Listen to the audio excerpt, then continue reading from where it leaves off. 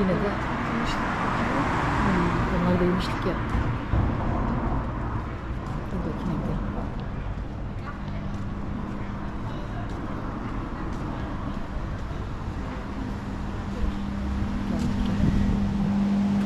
Merhaba Recep abi.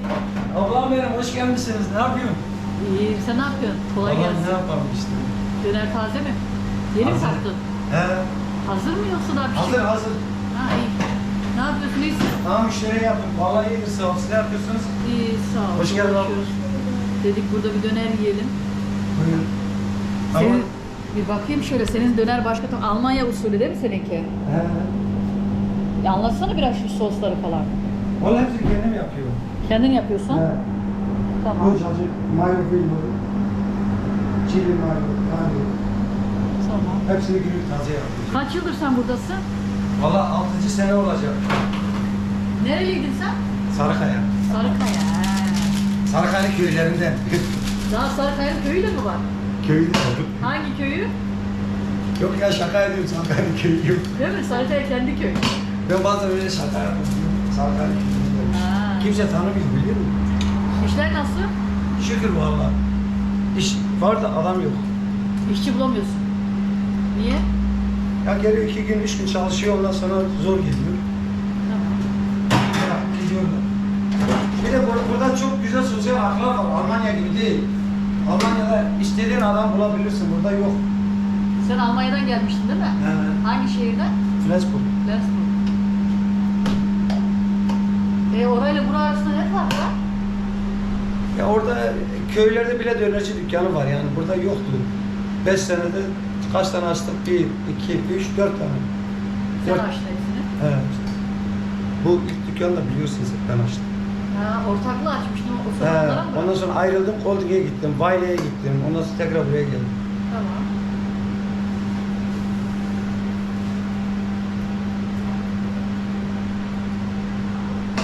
Sen bize de 2 ekmek arası.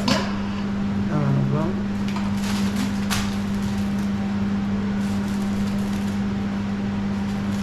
Ekseri futbolda çalışıyoruz. Hani sipariş, gel, ne diyorlar? Türkçe Ha. gel götür mü ne? Tamam, yani dışarı veriyorsunuz yemeği. He, sipariş veriyor.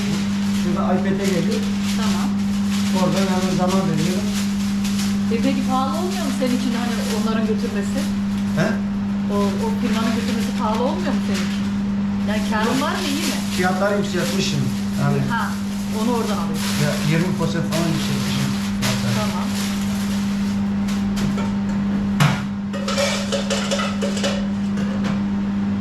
İyi mi? Onlarla çalışmak iyi mi diyorsun? He? Tavsiye ediyor musun yani öyle bu götüren kuryelerle çalışmak iyi mi? Yok, güzel. Ayda 60 bin lira falan kasa yapıyorum sırf bunlar. Gerçek. Evet. Ha, çok güzel.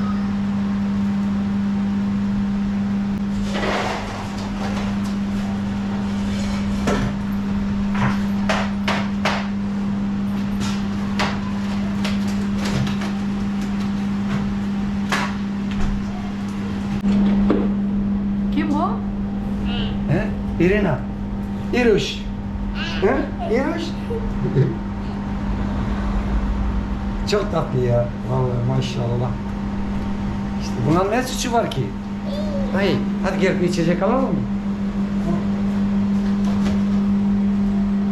Hoppala. Değil mi? Konfret? Konfret ya. Ya. Hey, oy. Gel. Hah. Otur buraya. Ha, annesi, o da annesi. Tamam. Git. Yeri burası bunun. Hah. Şimdi ona bak. Her geldiğinde tam oradan bağırdım ya. Recep.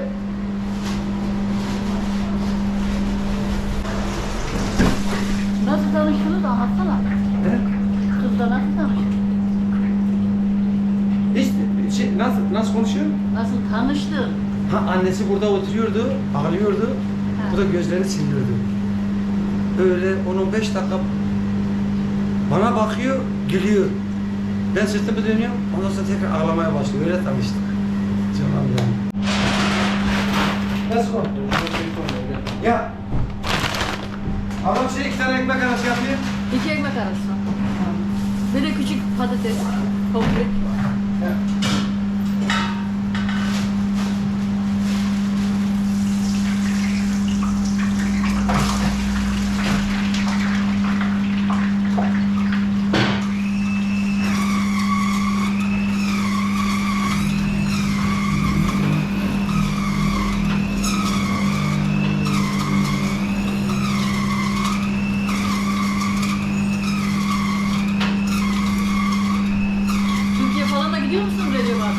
Yok valla inşallah gelecek ay gideceğim. Kimsen var mı orada? Evet. Kim var? Aile hepsi orada. Hepsi orada mı? Kimse yok orada. Yalnız başına.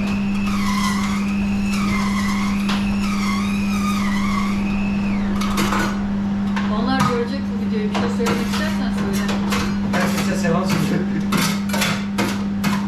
Bir de Recep abi eti et kızartırsan benim et çok kızarsın abi. Pizza fırına mı atıyorsun? Nasıl yapıyorsun? Yok burada biraz kızartırım. Et çok kızarsın Ya. çünkü yiyemiyorum. Bir de al.